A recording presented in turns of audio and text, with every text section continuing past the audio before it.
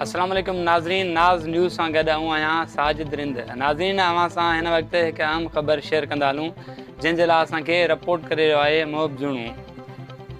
जी मोहब, छा तफ़सील आहे अवां वटि? जीअं त राति फायरिंग में नौजवान मुश्ताक खोसो क़तलु थियो आहे, उन जा वारस काज़ी अहमद बाईपास ते धरणो हंयो वेठा आहिनि ऐं वॾी तादाद में खोसा बिरादरी ऐं ॿिया हिननि जा हमदर्द, हिन जा अज़ीज़ दोस्त बि हिते एहतजाज कयो बीठा आहिनि। DSP काज़ी अहमद बि बीठो आहे ऐं हिन जो जेको अज़ीज़ आहे, अचो त हुन खां पुछूं था त हिन बाबति हू छा थो ॿुधाए। ये 20 कलाक गुज़री विया, इन खां पोइ बि जवाबदार गिरफ़्तार कोन थिया। कंहिंजा? मुश्ताक जा। मुश्ताक जा कातुर अञा बि गिरफ़्तार कोन थिया। पुलिस पंहिंजी निंड पई करे ऐं उन खां पोइ असांखे चई सुबुह तव्हांखे जवाबदार ॾींदुसि। असां सॼी राति इस्पताल में लाश रखियो वेठा हुआसीं। सुबुह जो असां माना उतां तड़ब हुते इस्पताल में ॾिनो आहे, उतां खणी हिते पोस्टमार्टम करे उतां हर शइ करे माना क्लियर करे माना तड़ब असां इस्पताल में ॾिनो अथसि। उन खां पोइ खणी अची असां रोड ते बीठा आहियूं। हाणे असांजो इहो मुतालबो आहे त असांजा जवाबदार गिरफ़्तार थियनि, ॿियो असांखे कुझु बि न खपे। जवाबदार छा नाला पुलिस खे ॾिना अथव या जिन क़तलु कयो? FIR कटराए छॾीसूं।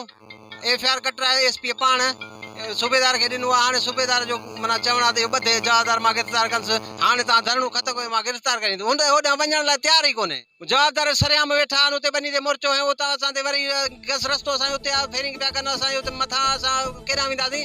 जा त असांजा घर ठाहे, असांखां टिकट कटाए त असां हलिया वञूं बसि। जा हुननि जा घर ठाहे छॾे, वेही माण्हू सुकून करे। जवाबदार कहिड़ा नाला छा अथव? जवाबदार हाकिम खोसो, अनवर खोसो, शाहनवाज़ खोसो, शेरल खोसो, आबिद खोसो ऐं साजिद खोसो। जवाबदार गिरफ़्तार थियनि, असां इंसाफ़ कयो वञे। ऐं अॻु में बि असांजा इन्हनि जवाबदारनि 3-4 मुड़ुस क़तल कया आहिनि, जिन जो न को सवलो FIR थियो आहे। शहीद अशफाक खोसो ऐं शहीद रजब खोसो ऐं बशीर अहमद हकी थियो। जी चौथों आहे जेको हुननि मारियो आहे।